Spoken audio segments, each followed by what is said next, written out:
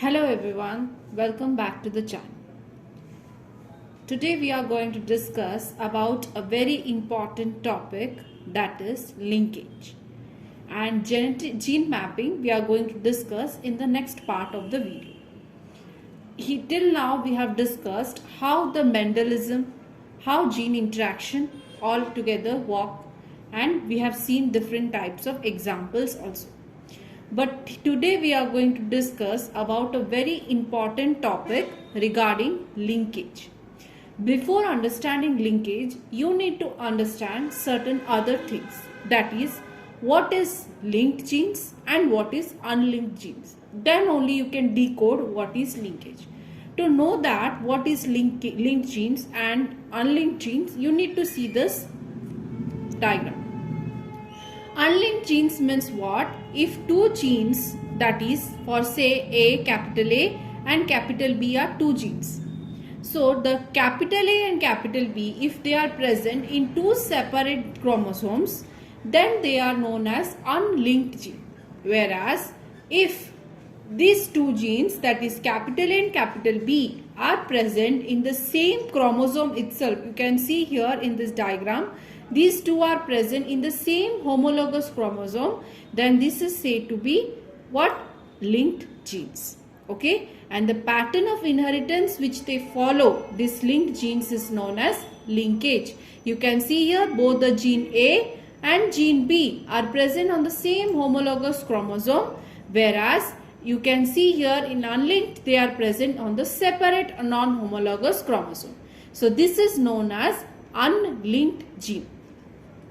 To understand better, let's understand the definition first. So when two or more genes reside on the same chromosome, it is called linked genes, as I have already mentioned, and the transmission pattern of these linked genes is called linkage. And unlinked genes present on the different non-homologous chromosomes, as we have seen in this diagram. One more important point is that unlinked genes will follow the law of independent assortment.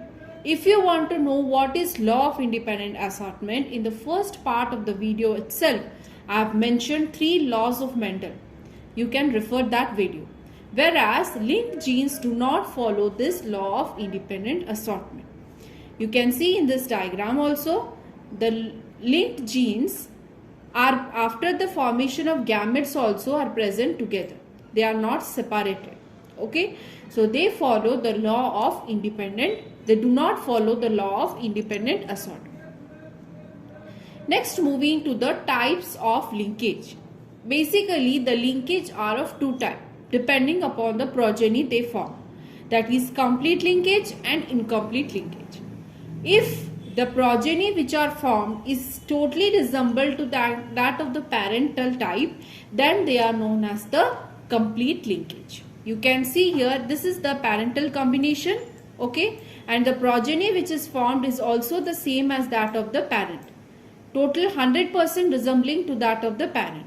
So by this you can decode that the genes are present linked together, so they shows complete linkage. Whereas incomplete linkage shows recombination, that is due to crossing over. It will show 50% parental and 50% recombinant genes. If you see this here the progeny capital A, capital B is of parental type and small b is of parental type. But if you see here, this is a recombinant type. How this is made? If you made a cross between this parental type capital A, capital B and small b, if you make a cross between them, then you will get the progeny capital A, small b and small a, capital B. This is the crossover or the recombinant type. This is known as the incomplete linkage. So you can decode here that the incomplete linkage will show recombination due to crossing over, whereas complete linkage have no such thing called recombination. Next, moving to the important part, that is how to calculate this frequency of recombination. Why we need to calculate the recombination frequency? To know how many crossing or whether the progeny has occurred crossing over or not, or whether there is any recombination is there or not. Before that, you need to understand one thing. By this you need to understand whether these genes are linked or unlinked. Okay, To make this understand whether this is linked genes or unlinked genes, you need to see the distribution pattern. Okay, here these are the phenotypes given and here the numbers are given.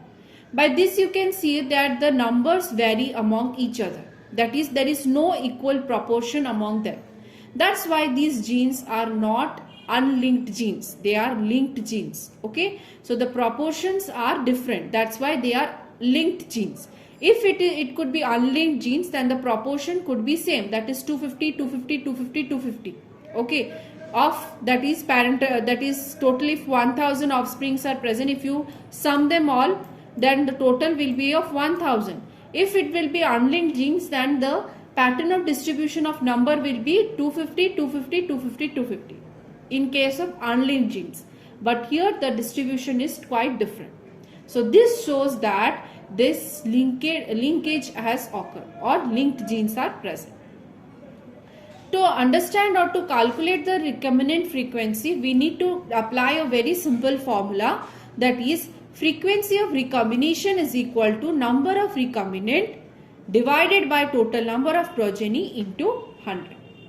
So before that, to understand the number of recombinant, you need to categorize these numbers, seeing this number, into what type do they present. Either they are parental type or they are recombinant type, because in the question it will be given only phenotype and number will be given. You need to calculate whether it is parental or recombinant type. To calculate that, there is a very simple trick is present. The highest number is of the parental type, okay, and the lowest number will be of the recombinant type. Okay, so you here get the recombinant type, that is 51 and 49. You need to sum them up, that is 51 and 49 divided by total number of progeny, that is 445 plus 455 plus 51 plus 49 into 100, and you get the recombinant frequency, that is 10%. Okay, this is a very simple formula. Only you need to distinguish which one is parental and which one is recombinant type, and rest of your answer will be solved. Next, coming to the configuration, that is, you know the linked genes are present on the same chromosome, okay, and in which type of configuration will be present.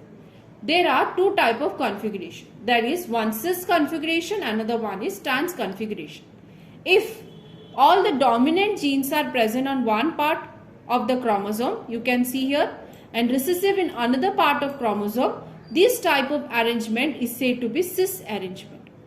If we make a cross between them, then we get the progeny, that is capital A, small b, small a, capital B will be the progeny. Okay. In case of trans configuration, one dominant and one recessive will be present in one part of chromosome, and small a and capital B, that is one recessive and one dominant, will be present in another part of chromosome. If you make a cross between them, then you will get a result, that is capital A, capital B and small a, small b. Okay, the result will be like this. By this you come to understand that what is cis configuration, what is trans configuration. This is all about linkage. Okay, in the next part of the video we are going to discuss about gene mapping. How we are going to calculate gene mapping. Based upon this formula only we are going to calculate gene mapping and rest of the detail. So that's all for today. If you have any doubt regarding linkage, what is linked genes and all, then you can ask in the comment section, and you share among your friends as much as you can, because this is very important topic, that is linkage, and to how to calculate the recombinant frequencies often asked in the exam, and share among your friends. And if you are new to my channel, don't forget to subscribe. Thank you and have a nice day.